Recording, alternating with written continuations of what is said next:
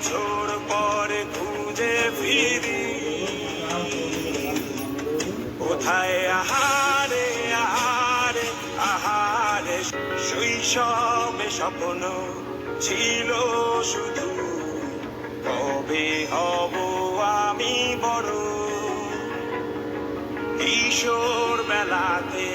সেই স্বপ্নে ডুবেছি কত আবারও, আজ বড় বেলার বাস্তবতা চাই শৈশবে যেতে ফিরে, সব মধু মাখা স্মৃতি আমার সোনার শৈশবকে